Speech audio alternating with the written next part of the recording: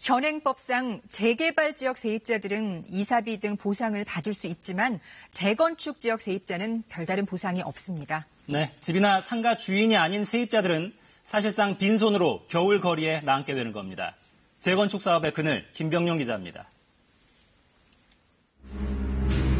서울 강서구의 한 재건축 지구입니다. 골목 안으로 들어서자 집집마다 대문에 이렇게 출입 금지 표시가 눈에 띄고요. 곳곳엔 이주민들이 버리고 간 가구와 살림살이들이 쌓여 있습니다. 이주민들을 많이 했어요. 그러니까 이렇게 지금 줄로 해놓은 데들은 다 인사를 하신 데들이에요. 650여 대 세대가 살던 이 정비구역은 계획대로라면 지난 9월 모두 이주가 끝나야 했습니다. 그런데 아직 이 골목을 떠나지 못한 사람들이 남아 있습니다. 5년 전 이 동네에서 터를 잡았던 빵집 주인 장석호 씨도 그중 한 명입니다. 어디다 알아볼 엄두도 못 내요. 지금. 엄두도 못 내고 알아볼 생각도 없어요. 지금 현 시점에서는. 그리고 5년 동안 이렇게 자리를 잡고 이제 영업을 했는데 하루아침에 그냥 나가는 거예요, 몸만. 직장 생활을 하면서 번 돈을 모두 쏟아부어 시작했던 가게.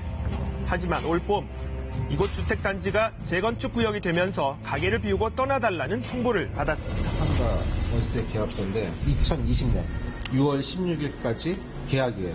내년 6월이면은 8개월 남았잖아요.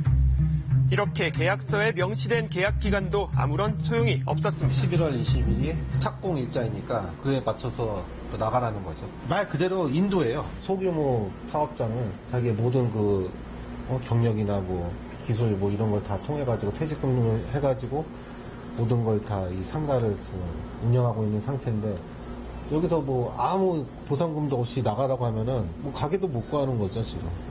모든 물건을 다 들고 어디로 갑니까, 지금. 이뿐만이 아닙니다. 남아있는 인근 상가 세입자들 발만 동동 구르고 있는데요. 자, 10년 전 이곳에 미용실을 차린 신모 씨 역시 사정은 마찬가지입니다. 저는 권리금도 주고 들어왔고요. 그다음에 시설도 했고요.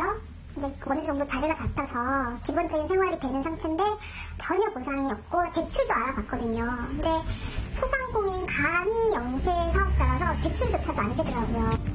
10년 넘게 한 곳에서 장사를 하면서 단골 손님들을 확보했는데 어디서 어떻게 다시 시작해야 할지 막막하기만 합니다.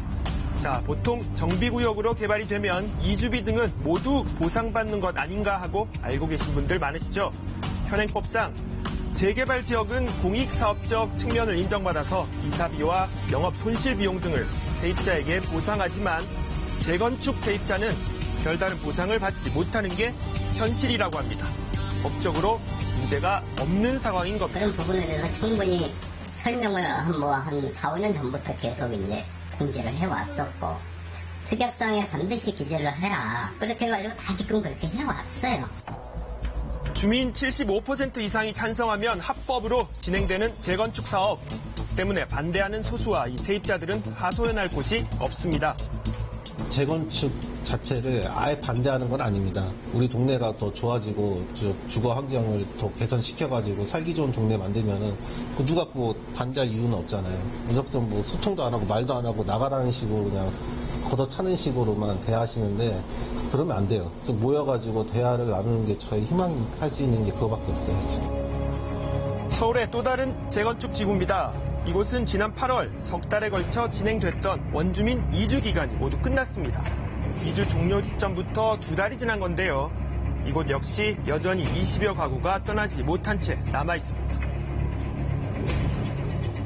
집주인은 계속 재건축이 그리 쉽게 되지는 않을 거다. 걱정하지 말고 해라. 그러면서 작년까지도 또 계약서를 내밀면서 여기서 영업할 것을 종용했어요.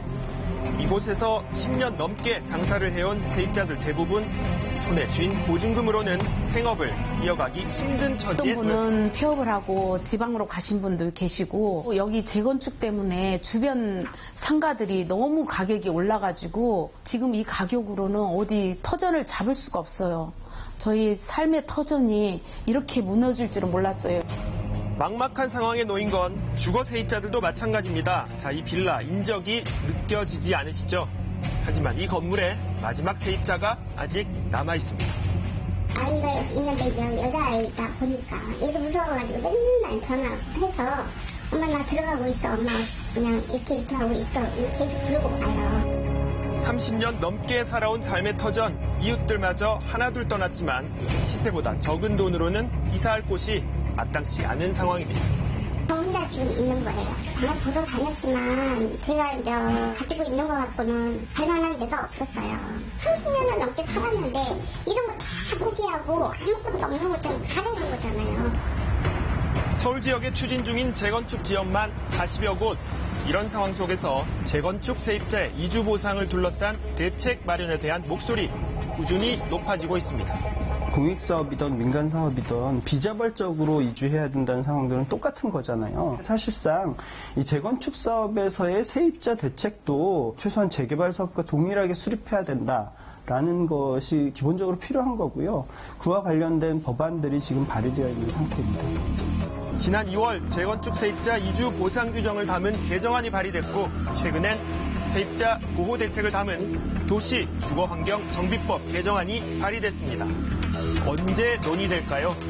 철거 위기에 놓인 세입자들이 견뎌야 할 추운 겨울은 오고 있습니다.